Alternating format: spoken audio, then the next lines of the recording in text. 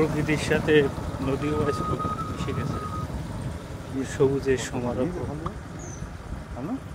কি পরিমাণ পানি হয়েছে! ও আল্লাহ,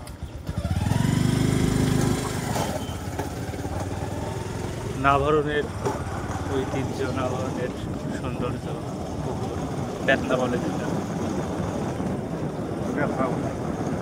তার পার্টি আমরা যাচ্ছি। প্রকৃতিতে মিশে যাওয়ার মতন আনন্দ আর নাই। এই প্রকৃতি আপনাকে মন্ত্রণ করে দেবে।